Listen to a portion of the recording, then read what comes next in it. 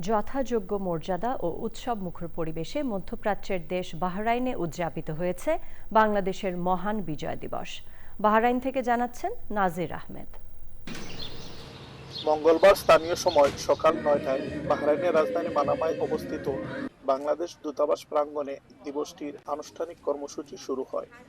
অনুষ্ঠানের শুরুতে জাতীয় সঙ্গীতের মাধ্যমে জাতীয় পতাকা উত্তোলন করেন বাহরাইনে নিযুক্ত বাংলাদেশের রাষ্ট্রদূত মোহাম্মদ রইস হাসান সরওয়ার।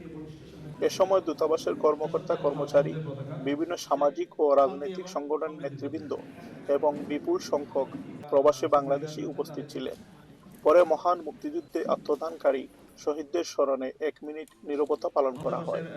আলোচনা পর্বে রাষ্ট্রদূত মোহাম্মদ রইস হাসান সরওয়ার মহান মুক্তিযুদ্ধের চেতনায় উদ্বুদ্ধ হয়ে দেশ গঠনে সবাইকে ঐক্যবদ্ধভাবে কাজ করার আহ্বান জানান। মহান বিজয় দিবস উপলক্ষে বাহরাইনে বসবাসরত সকল প্রবাসী ভাই ও বোনকে জানাই বিজয়ের শুভেচ্ছা ও আন্তরিক অভিনন্দন। ১৬ই ডিসেম্বর আমাদের স্বাধীনতা অর্জনের এক ঐতিহাসিক ও গৌরবময় দিন। বিজয়ের এই দিনে আমি গভীর শ্রদ্ধায় স্মরণ করি মহান মুক্তিযুদ্ধ সহ স্বাধীনতার জন্য দীর্ঘ লড়াই সংগ্রামে যারা আত্মত্যাগ করেছেন সেই সমস্ত বীর শহীদদের।